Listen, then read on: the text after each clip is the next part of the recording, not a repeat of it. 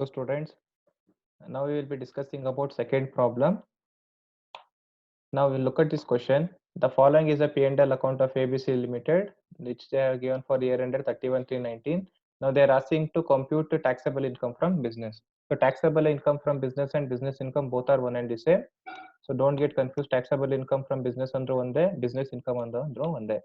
Now again they have given P&L account here. Now I told you, as usual, when they give P&L account, what we have to do, we have to look at all the items debited and credited to P&L account and see what is admissible and what is inadmissible.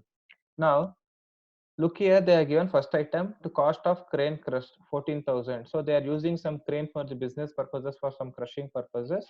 Now hope that it is a manufacturing industry and they are using some crane for crushing purposes. So enter 14,000 will be admissible, no need to do any adjustment. Now again they are given some repairs and renewals. So again repairs and renewals related to factory again or business will be admissible. Then again they are given miscellaneous expenses 8,39,200. Now, anyways, miscellaneous expenses, again, if you look at additional information, they are given certain items which we have to go through one by one. Now, whatever miscellaneous expenses they are given, they are saying it includes the following: contribution towards unrecognized provident fund. So, if you are making any contribution to unrecognized provident fund, it has to be added back to net profit. Then again, donation made to school 7,000. So, as well as usual, whatever donations and charities they made, it has to be again added back to net profit. Now, point C, they have given commission is connected with issue of shares in setting up a new unit, rupees 2,000. So commission is connected with issue of shares. So whatever commission they are giving for issue of shares, that means it is underwriting commission. Commission in connection with issue of shares means whenever the company makes the issue of shares, they have to undergo an agreement with the underwriter and they have to pay some underwriting commission. So all the underwriting commission will become a part of preliminary expenses. So since it is preliminary expenses, over a period of 5 years, it has to be written off. So preliminary expenses has to be written off over the period of 5 years from the data from the year of incorporation. So that means only 1/5 out of this 2,000 will be admissible in this particular year.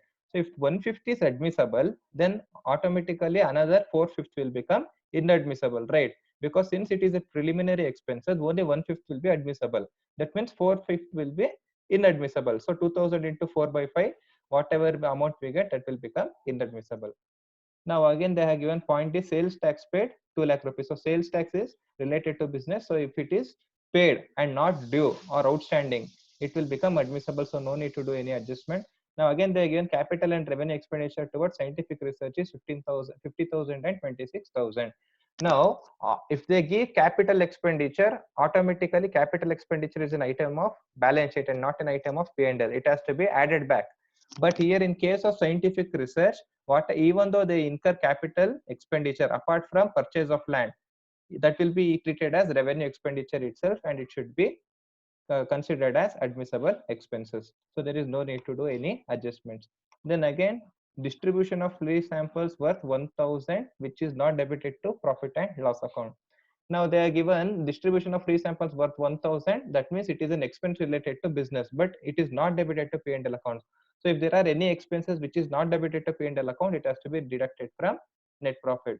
Then again, they have also given repairs and renewals include cost of addition. Now this we will see.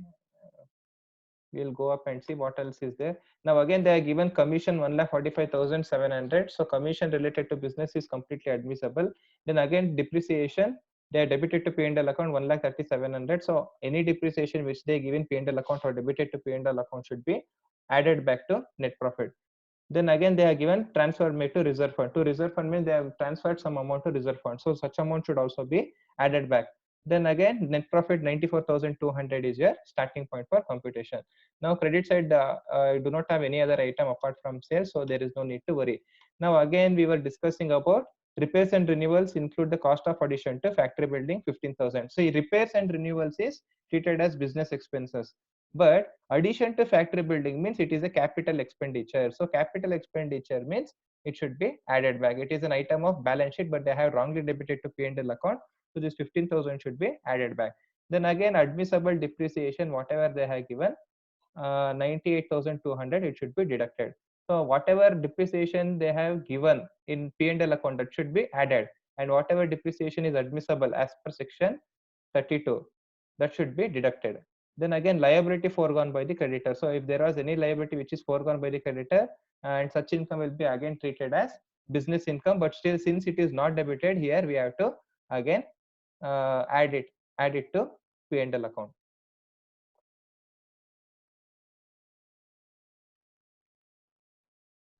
Sorry, I told you liability foregone by the creditor should be treated as business expense. No, it should not be treated as business expense. So it should be inadmissible.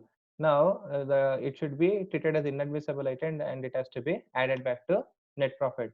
Now, these are the additional items which we have discussed. Now, let us look at how to solve this problem. Now, we have to start with heading computation of taxable income from business for assessment year 2019-20. Make two columns as usual, particular amount in rupees, and start with net profit as per P&L account 94,200.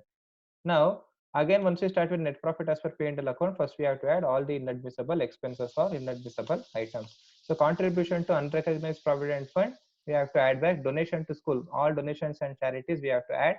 Then commissions on issue of shares, 1,600 should be added back. See, 2,000 is the commission on issue of shares, but only 1/5 will be admissible for 1 year. That means it has to be written off over a period of 5 years. So that means if 1/5 is admissible, 4/5 will be inadmissible. So 2,000 into 4 by 5, we get 1,600, and that amount will be inadmissible, and we have to add it back.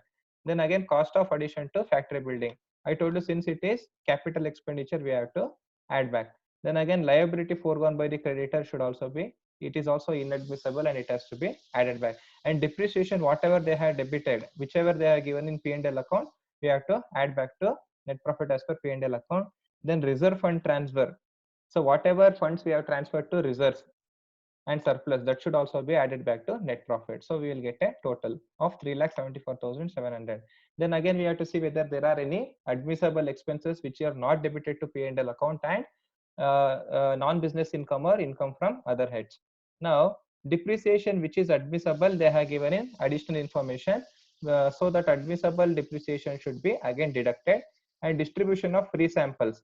Now, distribution of free samples is an expense which was earlier not debited to P&L account. Distribution of free samples means it is expense for business.